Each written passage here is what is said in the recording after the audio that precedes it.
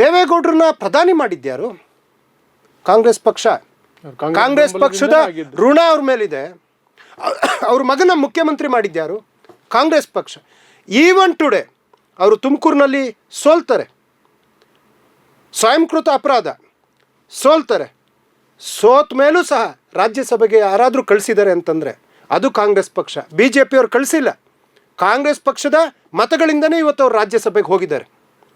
ಆದರೆ ನೀವು ಹೇಳಿದ್ರಿ 2006ರಲ್ಲಿ ಕುಮಾರಸ್ವಾಮಿ ಅವ್ರು ಬಂದು ಹೇಳ್ತಾ ಇದ್ರು, ಅಯ್ಯೋ ನಮ್ಮಣ್ಣ ನನ್ನ ಮಾತು ಬಿಟ್ಟಿದ್ರು, ಆಸ್ಪತ್ರೆ ಸೇರಿದ್ರು, ಅವರಿಗೆ ಈ ಬಿ ಜೆ ಪಿ ಜೊತೆ ಹೋಗೋದಿರಲಿಲ್ಲ, ಅವ್ರ ಸಿದ್ಧಾಂತ ಬೇರೆ, ಅವರ ಜಾತ್ಯತೀತ ನಿಲುವುಗಳು ಬೇರೆ, ಅವರು ಬಂದಿರತಕ್ಕಂಥ ದಾರಿ ಬೇರೆ. ಇದು ದೊಡ್ಡ ದೊಂಬರಾಟ, ಇದು ದೊಡ್ಡ ನಾಟಕ.